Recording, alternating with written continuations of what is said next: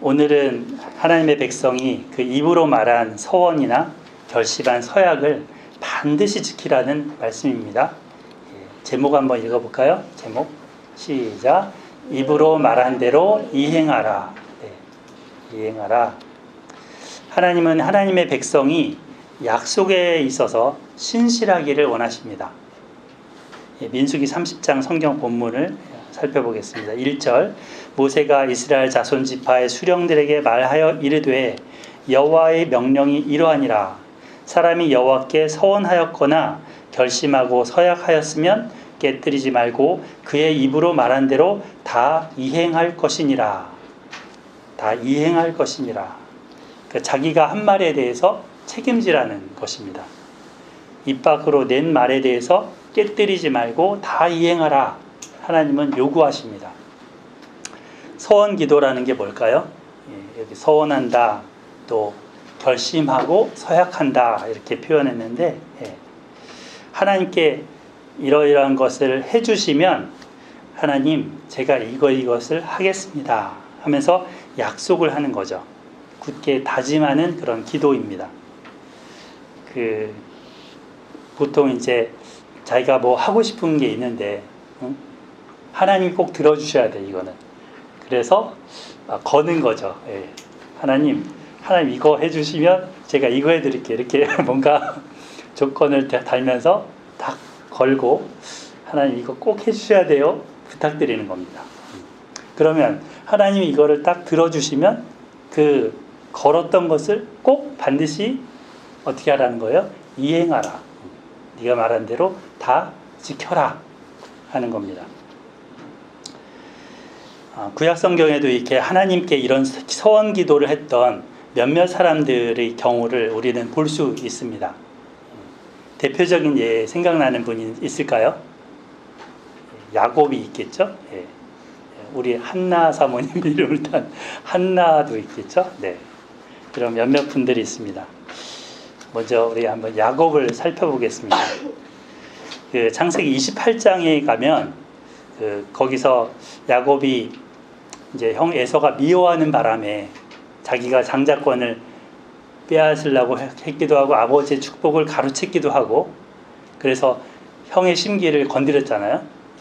그래서 형이 자기를 죽이려 한다는 말을 듣고 이제 멀리 이 엄마의 오빠 외삼촌이죠.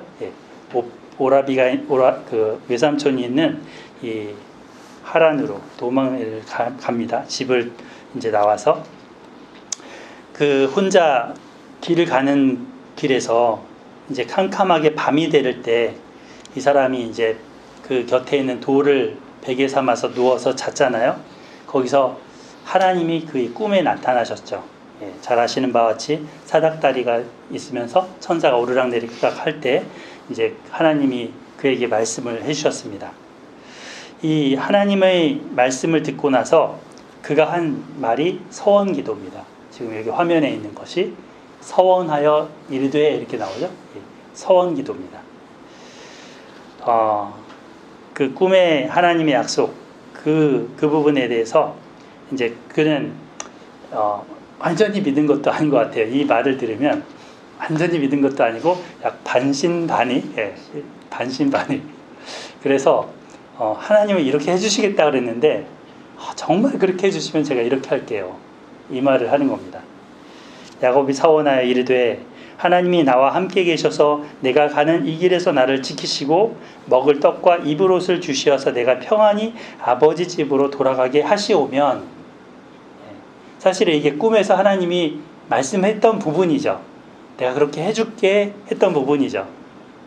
근데 이제 야곱은 그렇게 해주시면 이제 조건을 달면서 하나님 해주시면 제가 이렇게 하겠습니다. 뒤에 말이에요.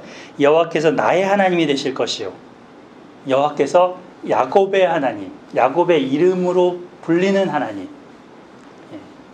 김원주의 하나님, 이호승의 하나님 이런 것처럼 그 이름으로 불리는 하나님이 되실 것이다. 두 번째, 내가 기둥으로 세운 이 돌이 하나님의 집이 될 것이요. 지금 이제 기둥을 세우고 거기다 기름을 부으면서 뭔가 제단처럼 하면서 거기서 앞에서 기도했잖아요. 예. 그 장소가 하나님의 성전이 될 것이다.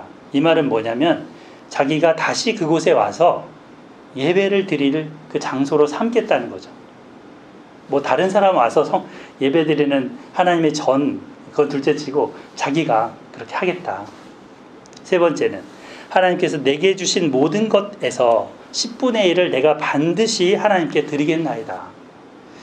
11조를 드리겠다는 약속이죠. 10분의 1을 드린다는 것은 그 받은 게 하나님이 주신 거라는 그 고백을 하는 겁니다. 이 10분의 1 드린 할아버지가 있었죠. 아브라함이 멜기세덱에게 드렸잖아요. 네. 그런 것처럼 자기도 하나님께 드리겠습니다. 이것으로부터 20년이 흘렀습니다. 자그마치 20년. 예. 부인을 얻기 위해서 삼촌에게 이제 여러 가지 봉사도 하고 자녀들을 낳고 가축을 늘리기 위해서 온갖 애를 쓰면서 보내다가 이제 그가 많은 자녀와 4명의 아내와 가축들을 이끌고 이제 고향으로 돌아옵니다.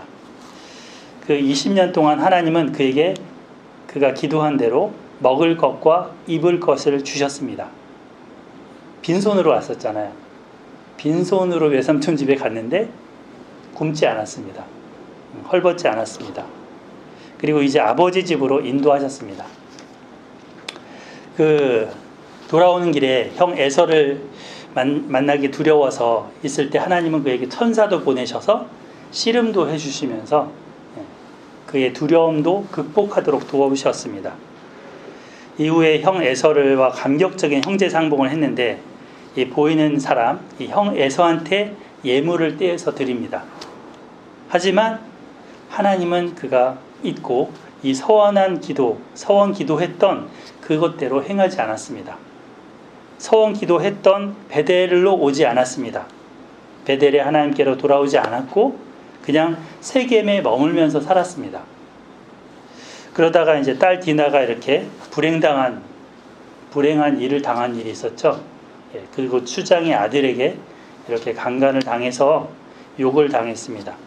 이걸 보복한다고 또 둘째, 셋째 됐던 아들들이 일어나서 살인자가 되는 그 온 도시를 다 죽여버리는 엄청난 사건이 터졌습니다. 이때 하나님께서 다시 야곱에게 찾아오십니다. 야곱에게 찾아오셔서 이제 돌아갈 곳, 네가 돌이켜야 할 방향이 어딘지 말씀을 하십니다. 35장 1절 말씀이죠. 여기 화면에 있는데 한번 읽어보실까요? 35장 1절 시작. 하나님이 야곱에게 이르시되 일어나 베델로 올라가서 거기 거주하며 네가 네 형 에서의 낯을 피하여 도망하던 때에 네게 나타났던 하나님께 거기서 제단을 쌓으라. 그제서야 이제 야곱은 하나님을 기억하고 하나님을 경외하면서 가족들에게 그동안 너희들이 지니고 있던 이방 신상들 그거 다 저기 상수리 나무 아래 묻어. 그리고 우리 정결함을 회복하자 하면서 옷도 갈아입어 하면서 경건한 자세를 갖췄습니다. 그들은 이제 이 세겜이라는 지역에서 베델로 올라간 거죠. 산지 지형이기 때문에 좀 더 위쪽인가 봐요. 그래서 올라간 거예요. 3절에 보면 우리가 일어나서 베델로 올라가자. 내 환난 날에 내게 응답하시며 그리고 내가 가는 길에서 나와 함께 하신 그 하나님께 내가 거기서 제단을 쌓으려 하노라 하였습니다.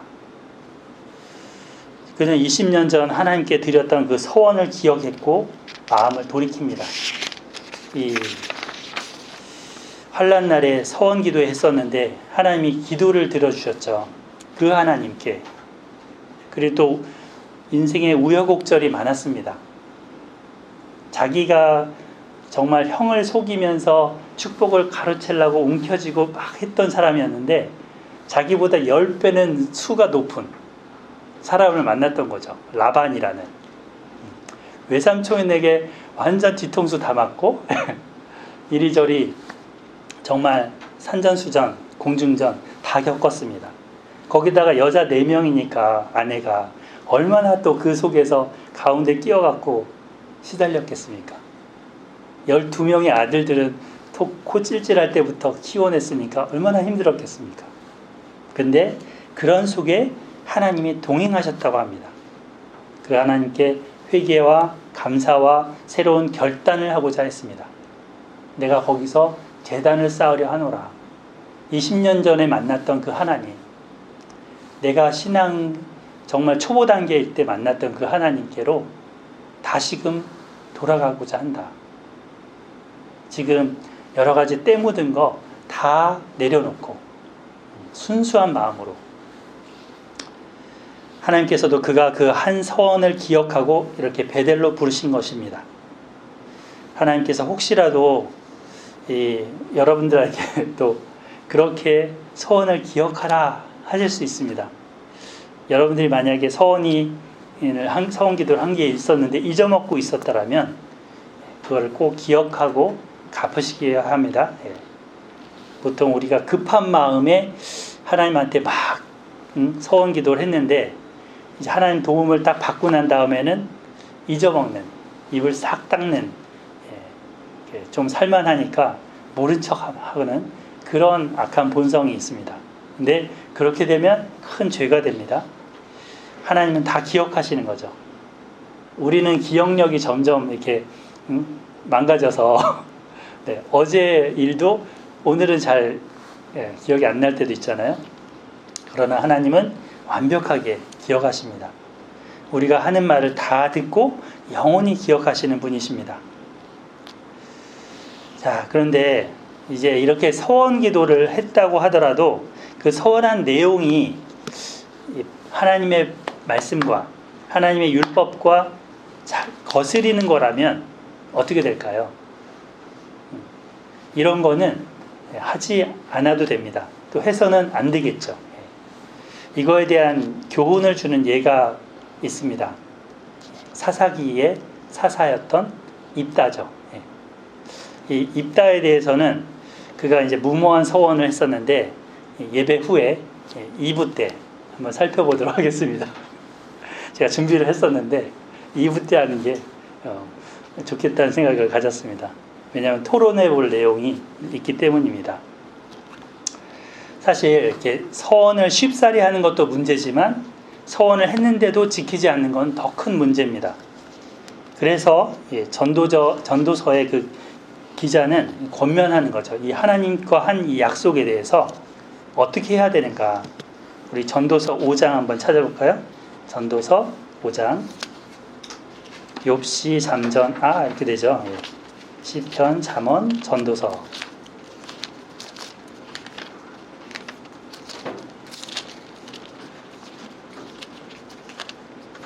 전도서 5장 4절로 6절입니다.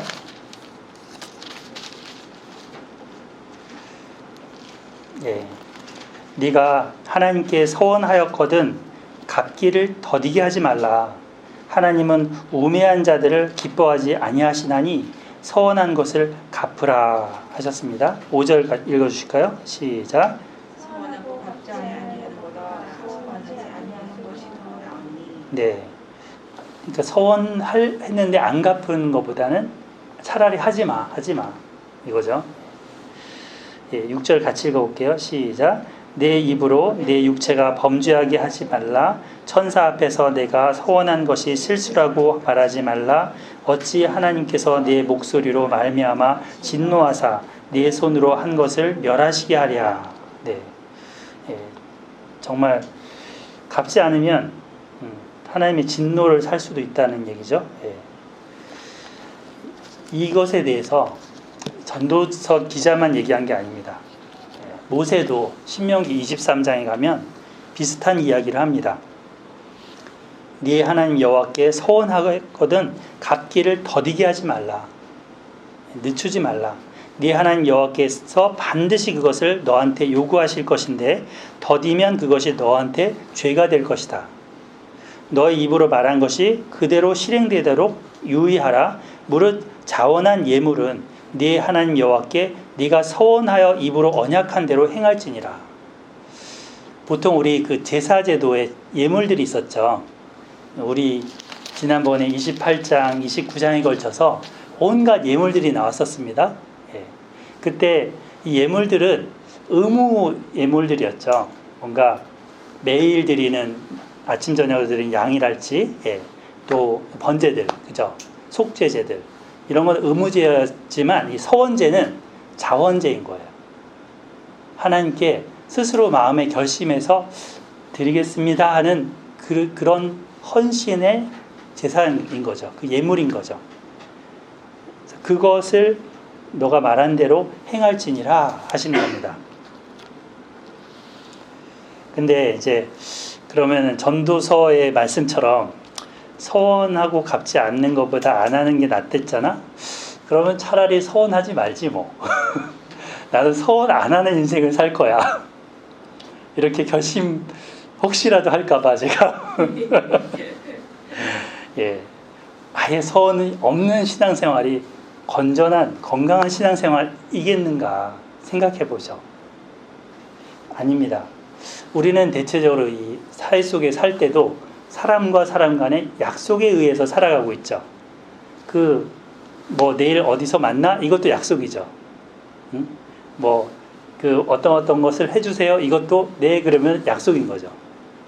그런 것을 지키면서 사는 것처럼 우리 신앙생활도 하나님과의 만남과 대화, 그분의 말씀을 듣고 우리가 기도하면서 신앙생활을 하는 건데 하나님께 이렇게 저렇게 요청도 드리고 또 하나님의 도움을 받는데 이때 서원 한번 안 해봤다. 그게 건강한 신앙생활일까 질문을 해보는 거죠. 정말 우리가 간절한 상태에서는 서원도 할 수 있는 겁니다. 대체로 서원이나 맹세라는 것은 하나님의 이름을 여호와 하나님의 이름을 걸고 합니다. 우리 10계명에 보면 세 번째 계명이 뭘까요? 세 번째 계명. 네 하나님 여호와의 이름을 망령되게 부르지 말라 이거죠. 하나님의 이름을 망령되게 부르면 그것이 죄된다. 근데 이게 맹세하거나 서원할 때 하나님의 이름을 걸고 하거든요. 근데 그것을 지키지 않으면 그게 망령되게 한다는 거예요. 그 세 번째 계명의 의미가 꼭 너의 서원을 갚으라 이런 의미를 포함하고 있는 거죠. 우리 하나님은 약속을 하시고 그 약속을 성취하시는 분이십니다. 하나님의 백성은 그 하나님을 본받고 닮아야 합니다. 그래서 서원한 약속을 깨버려서는 안 되는 거죠. 자, 우리 민수기 30장으로 돌아와 보겠습니다. 민수기 30장. 오늘 말씀에서도 이 사람이 서원을 했다면 깨뜨리지 말고 말한 대로 이행하라 하셨습니다. 이 서원과 관련된 이제 권한과 책임 이런 것들이 어떤지 말씀을 해주십니다. 3절 볼까요? 또 여자가 만일 어려서 그 아버지 집에 있을 때 여호와께 서원한 일이나 스스로 결심하려고 한 일이 있다고 하자. 이렇게 가정을 해보자. 그 아버지가 그의 서원이나 그가 결심한 서약을 들었는데 그걸 듣고도 그녀에게, 그러니까 자기 딸이죠. 딸에게 아무 말이 없으면 그녀의 모든 서원을 행할 것이다. 그러니까 그녀가 자기의 서원한 것을 갚아야 된다는 거죠. 그녀가 결심한 서약을 지킬 것이니라 하셨습니다. 여기 어려서라는 부분이 있어요. 만일 어려서, 어릴 때는 이 아버지의 그런 허락, 아버지의 결심 이런 것들이 이 딸의 서원을 어떻게 할지 영향을 준다는 거죠. 아버지가 그 서원의 내용을 들었는데 말이 없으면 지켜야 된다는 거고, 들었는데 하지마, 이거는 너가 할 게 아니야 했으면 안 지켜도 된다는 겁니다. 이 어려서라는 기준이 뭘까요? 어려서. 우리 서인자매님이 어리죠. 아직 초등학생이니까. 우리 예진자매님은 어리진 않죠. 네. 이스라엘에서는 그 어린 기준을 그 남자아이는 13살, 여자아이는 12살로 봅니다. 그러니까 여자아이가 남자아이보다 좀 더 그 성장이 빠르다고 해서 그렇게 정했다고 합니다.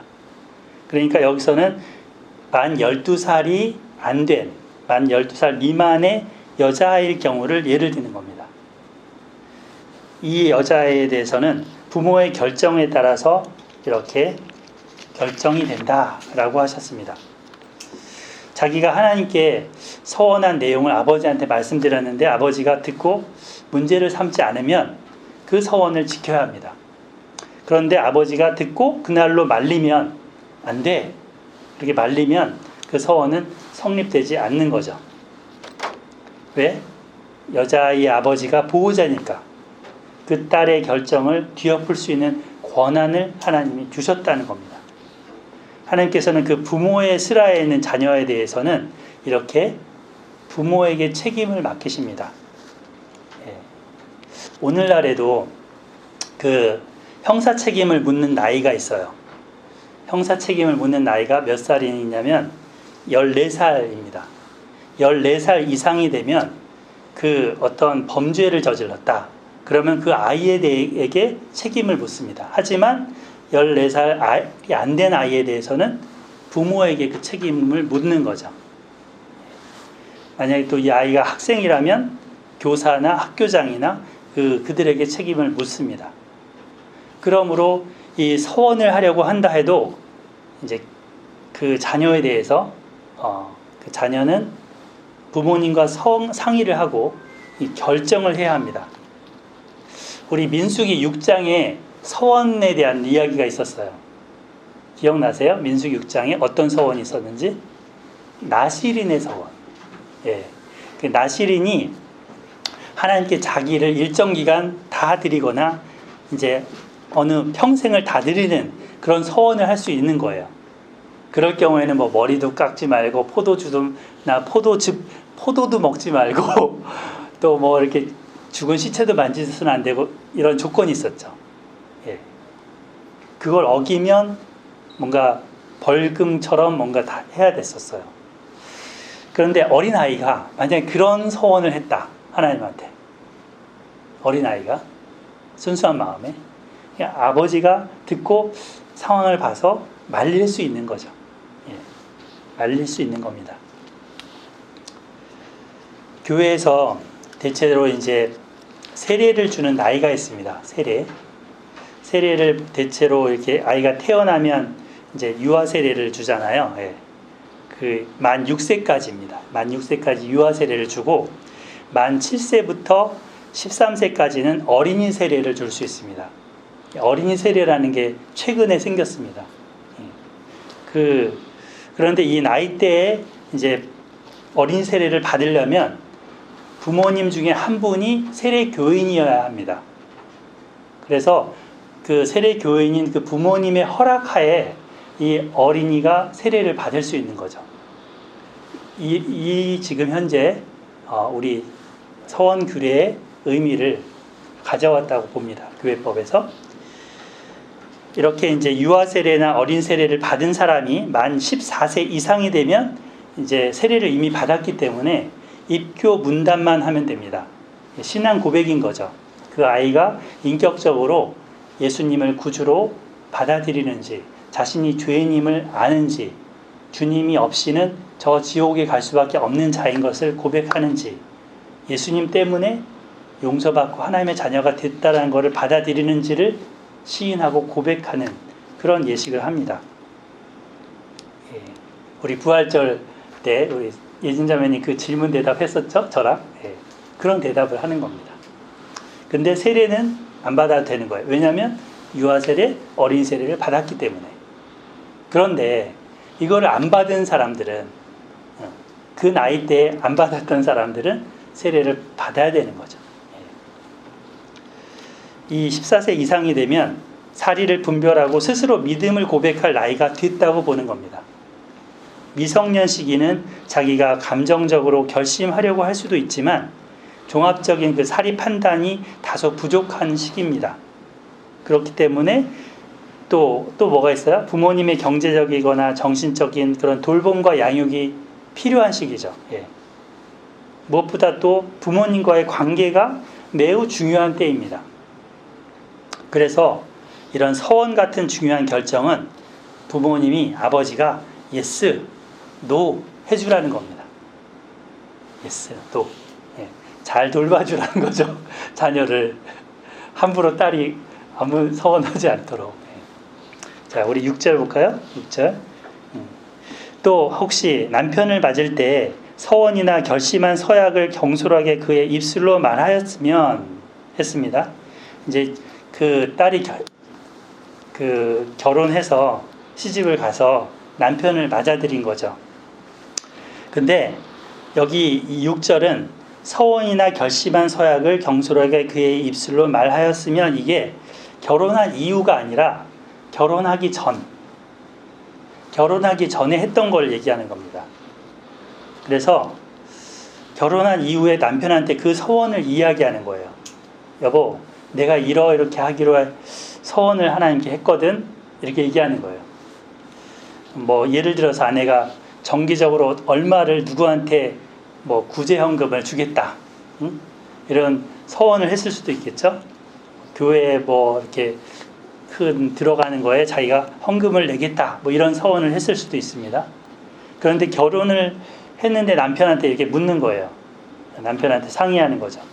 왜 경제적인 그 지출이라는 거는 이러한 결혼을 했기 때문에 이제 한 몸이잖아요. 둘이 아니라 한 몸이잖아요. 딴 주머니가 아니라 한 주머니예요. 예. 쌈짓돈이나 주머니돈이나 예. 그 돈이 그 돈입니다. 네. 부부간에 상의해서 해야 합니다. 예. 7절을 보면 그의 남편이 그것을 듣고 그 듣는 날에 그에게 아무 말이 없으면 그 서원을 이행할 것이요 그가 결심한 서약을 지킬 것이니라. 예. 허락을 받은 거죠. 일종의 아무 말이 없다는 얘기는. 그래서 이 서원의 내용보다도 서원을 준행하는 것보다도 뭐가 더 우선이라는 겁니까? 남편과 아내의 관계가 더 우선이라는 겁니다. 부부간의 관계가 더 우선이라는 겁니다. 그 관계에 금이 갈 것 같은 서원이라면 해결법이 이 성경에 나와 있는 거죠. 남편이 아내의 서원을 말리면 하지 말라는 겁니다. 자, 8절 볼까요? 근데 이제 허락하지 않을 때 나오는 거죠. 8절. 그러나 그의 남편이 그것을 듣는 날에 허락하지 아니하면 그 서원과 결심하려고 경솔하게 입술로 말한 서약은 무효가 될 것이니 여호와께서 그 여자를 사하시리라. 하나님도 정상 참작을 하신다는 거죠.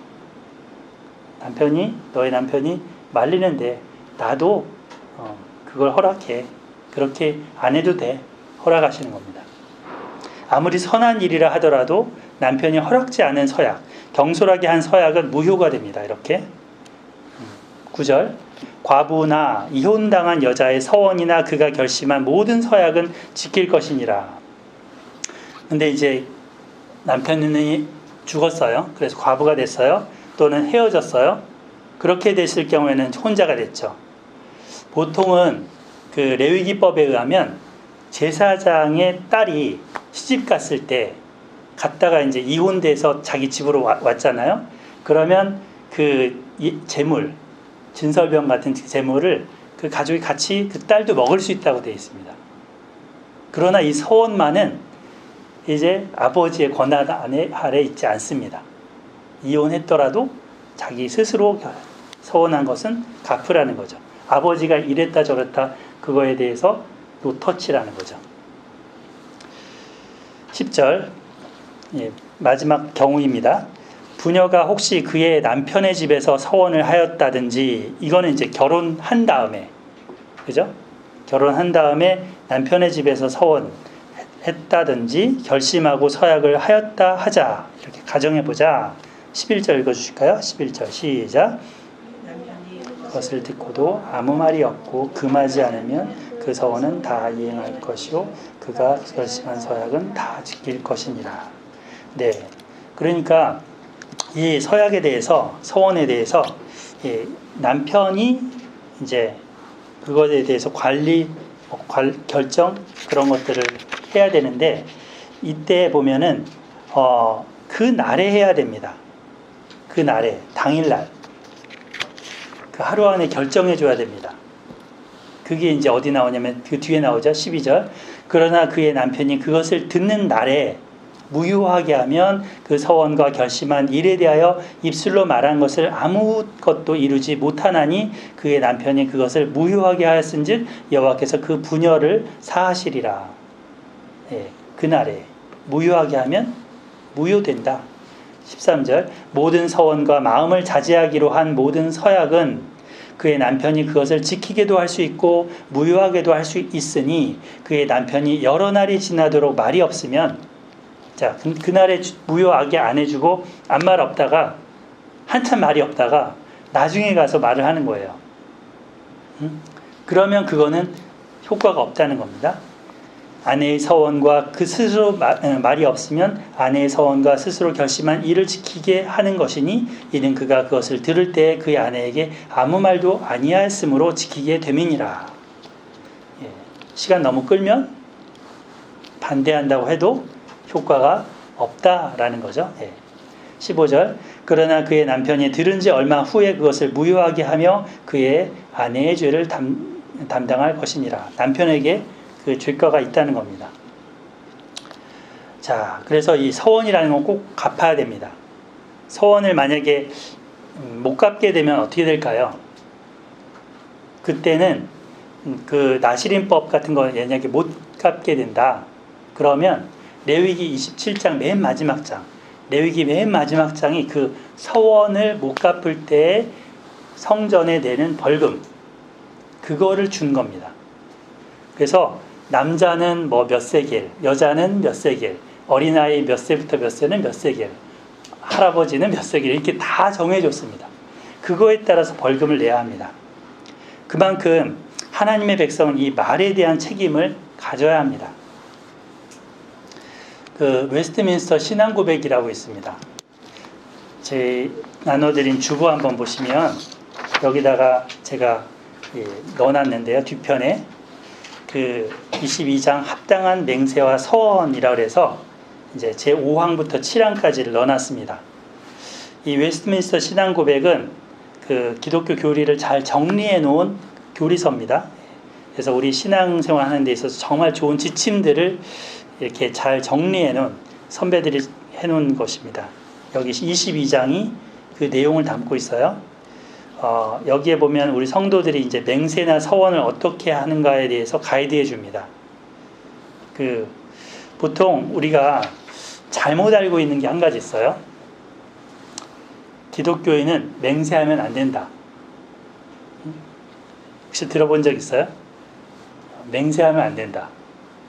예수님이 산상수훈에서 5장 34절부터 36절에 이런 말씀하셨거든요. 너희는 도무지 맹세하지 말지니, 여기 그림에 있죠? 예. 또 옛사람에게 말한 바 헛맹세를 하지 말고 내 맹세한 것을 주께 지키라 하였다는 걸 너희가 들었지만 나는 너희한테 말하는데 도무지 맹세하지 마. 하늘로도 하지 마. 또 땅으로도 하지 마. 예루살렘으로도 하지 마. 내 머리로도 하지 마. 왜냐하면 너는 너의 머리카락 하나도 이렇게 흰머리, 까만 머리, 우리 흰머리 자꾸 나는데 까만 머리로 바꾸는 거 염색해야 되잖아요. 스스로. 근데 실제로 검기할 수는 없는 능력이 없는 그런 무능력한 상태죠. 이렇기 때문에 맹세하지 마 하셨던 걸 인용을 합니다. 그러면서 예수님 뭐라고 했어요? 옳은 것은 옳다. 아닌 것은 아니다. 못하는 것은 못한다. 할 수 있다는 건 한다. 이렇게만 하라는 거죠. 맹세하지 말고. 자, 이걸 들어서 우리 맹세하면 안 된다 이렇게 알고 있는 경우들이 있어요. 과연 그럴까요? 예수님은 이 하나님의 이름을 두고 맹세하지 말라고는 안 하셨어요. 아까 뭐라 했어요? 십계명에 하나님의 이름으로 그 망령되게 일컫지 말라. 그리고 서원이나 맹세는 하나님의 이름으로 하는 거라고 했습니다. 근데 당시 바리새인들이 부담스러운 거예요. 하나님의 이름으로 하는 게 부담스러운 거예요. 그러니까 하늘로 하거나 땅으로 하거나 예루살렘으로 하거나 다른 변동되는 것들, 변할 수 있는 것에 두고 맹세를 하는 거죠. 그죠? 이 맹세라는 거는 우리가 합니다. 그래서 웨스트민스터 신앙고백에서도 합당한 맹세는 경건한 예배의 한 요소다라고 했습니다. 맹세가 예배의 형태라는 거예요.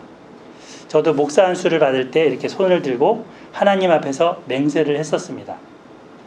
또 결혼식을 할 때도 손을 들고 이제 신랑으로서 하나님과 회중 앞에 맹세를 했습니다.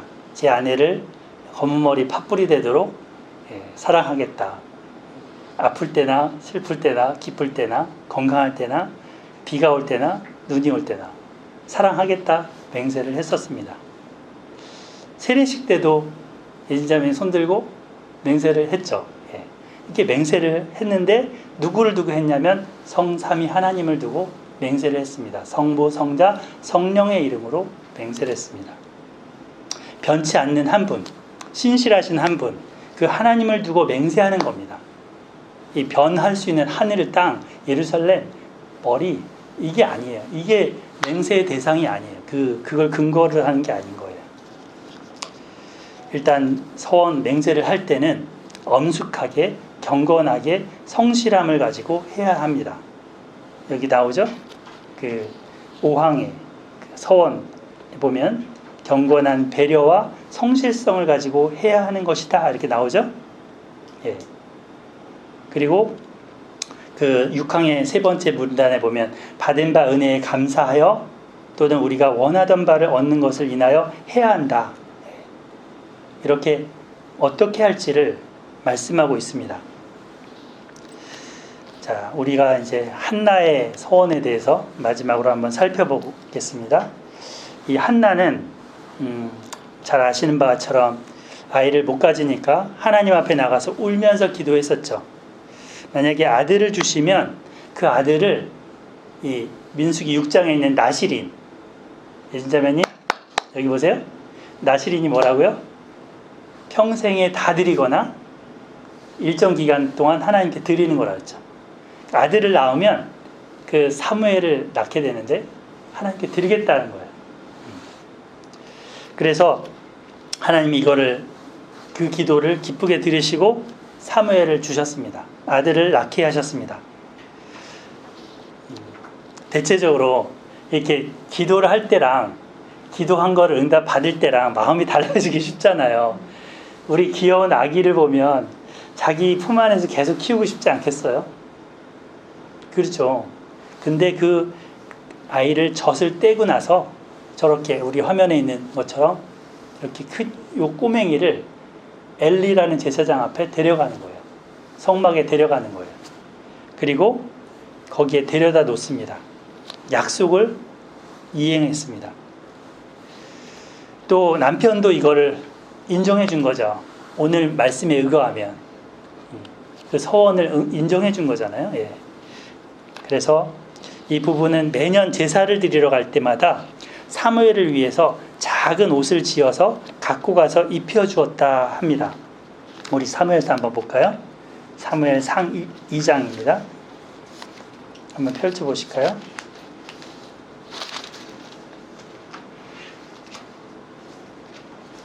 2장 19절. 사무엘이 어렸을 때부터 세마포 에봇을 입고 여호와 앞에 섬겼다 했는데 19절에 보면 그의 어머니가 매년 드리는 제사를 드리러 그의 남편과 함께 올라갈 때마다 작은 겉옷을 지어다가 그에게 주었다 했습니다. 이 엄마가 사무엘 생각하면서 옷을 만드는 거죠. 그 옷이 이 아이에게 입혀지고 그 아이가 하나님 앞에 거룩하고 경건하게 자라갈 수 있도록 기도하는 마음으로 짓고 가서 또 입혀주는 거죠.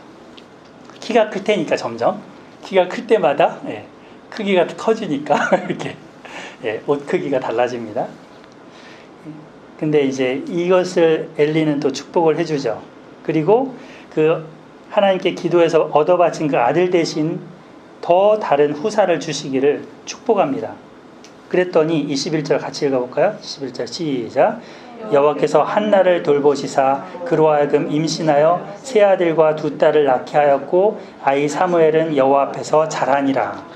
네, 참 3남 2녀를 더 보았습니다. 4남 2녀가 되는 거죠. 그렇게 되니까 아이를 한 명도 갖지 못했던 이 여인이 이 사무엘 대신에 또 다른 자녀들을 갖게 됐습니다.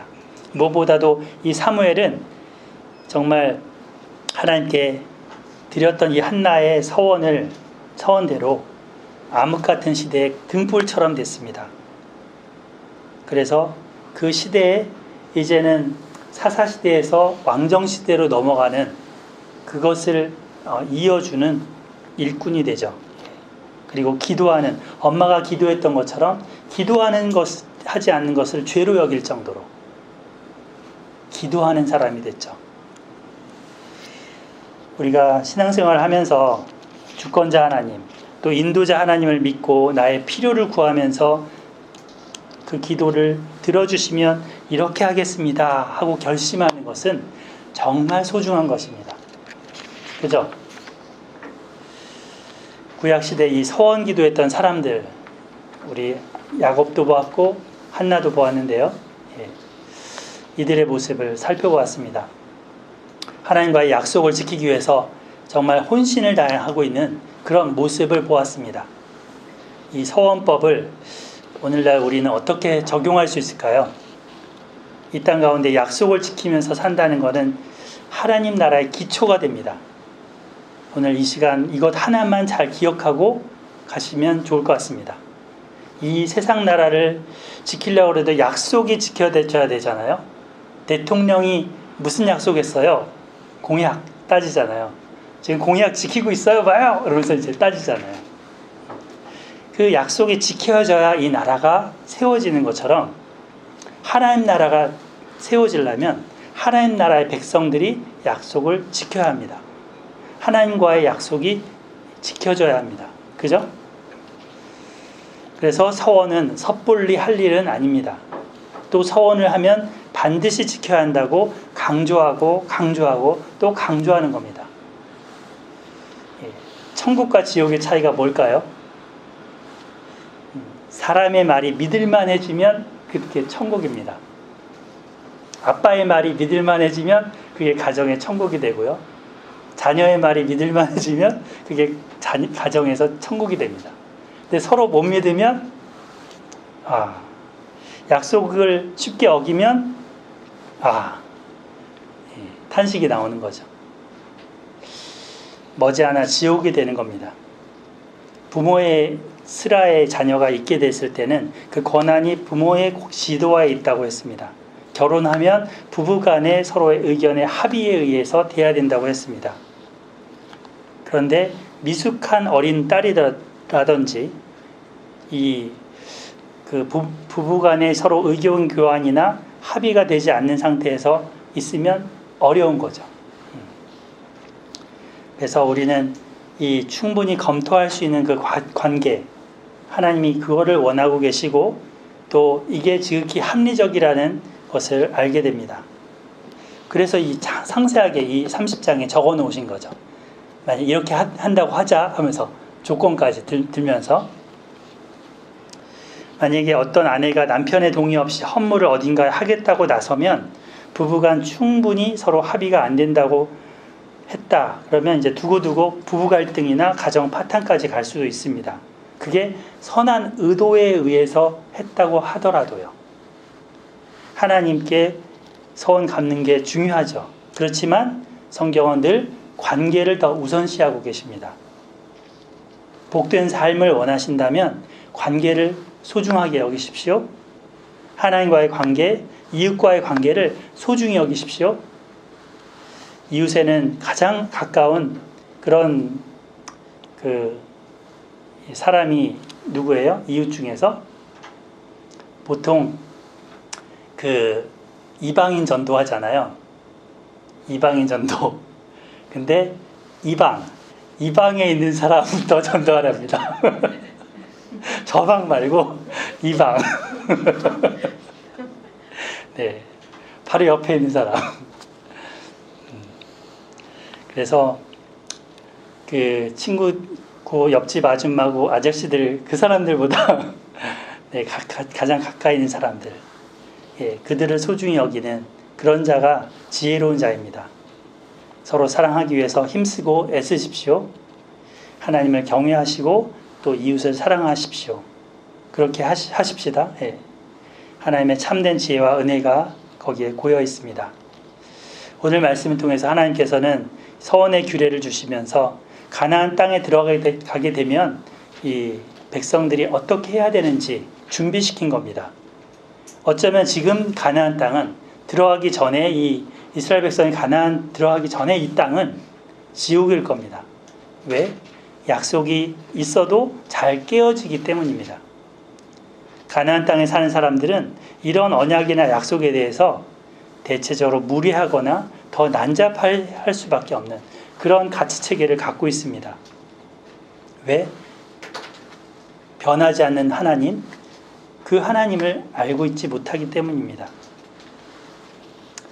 근데 가나안 땅에 들어갔을 때 이 하나님의 말씀을 따르지 않으면 그 문화에 섞여버리는 거죠. 하나님께서는 하나님의 백성이 살아가는 방법, 하나님 나라를 이루는 기본적인 토대가 이 약속, 서원을 지키는 것이다 라고 하십니다. 그래서 그 하나님 나라로 만들기 위해서 가장 중요한 것, 하나님과의 관계를 먼저 우선시하고 또 이웃과의 관계, 약속을 중요시하라 하십니다. 우리도 이 약속을 지키는 것, 여기에 대해서 마음을 들여야 될 것입니다. 적은 약속이더라도, 작은 약속이더라도 하나님 앞에서 약속이라면 지켜냄으로써 이 지옥 같은 땅이 하나님 나라로 바뀌어갈 수 있도록 쓰임받기를 소망합니다. 예. 작은 데서부터 하나님 나라는 겨자씨 같은 것에서부터 시작됩니다. 큰 데는 손게 이렇게 우리가 손을 댈 수는 없습니다. 뭐 대통령 보고 이리저리 뭐 하라고 해도 우리의 권한에 넘어섭니다. 우리가 할 수 있는 것, 작은 것에서부터 바꿔가야 될 것입니다. 작은 것은 쉽게 변할 수 있습니다. 우리 입으로 한 약속, 그 서원에 대해서 신실하게 책임감 있게 갚는 삶이 될 때 이것이 이루어질 것입니다. 이것이 가나안 땅에 들어가서 살 자격 있는 거룩한 하나님의 백성의 모습입니다. 아멘. 네, 한 절 읽고 우리 기도하겠습니다.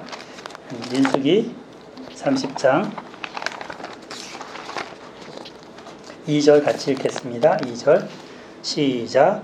사람이 여호와께 서원하였거나 결심하고 서약하였으면 깨뜨리지 말고 그의 입으로 말한 대로 다 이행할 것이니라. 아멘. 하나님 아버지, 하나님과 저희들이 약속한 것이 있는데 이것을 잊어버리고 있는 게 있다면 기억나게 하여 주시옵소서. 그래서 지킬 수 있게 도와주시옵소서. 또 사람과의 약속도 깨진 것이 있다면 하나님 용서를 구합니다. 그에게 또 찾아가 사과하고 그 약속을 지켜낼 수 있도록 하나님 저희들이 노력하겠습니다. 하나님 도와주시옵소서. 성령께서 우리를 붙들어 주셔서 약속의 사람이요 또 신실한 믿음의 사람이요 하나님의 성품을 닮은 사람이 될 수 있도록 도와주시옵소서. 우리의 입으로 나가는 무슨 말이든지 하나님 앞에 하듯 하게 하시고 무슨 약속을 하든지 하나님 앞에 한 약속처럼 지키게 하여 주시기를 기도드립니다. 우리 하나님 아버지의 사랑과 은혜를 감사드리며 예수님의 이름으로 기도드립니다. 아멘.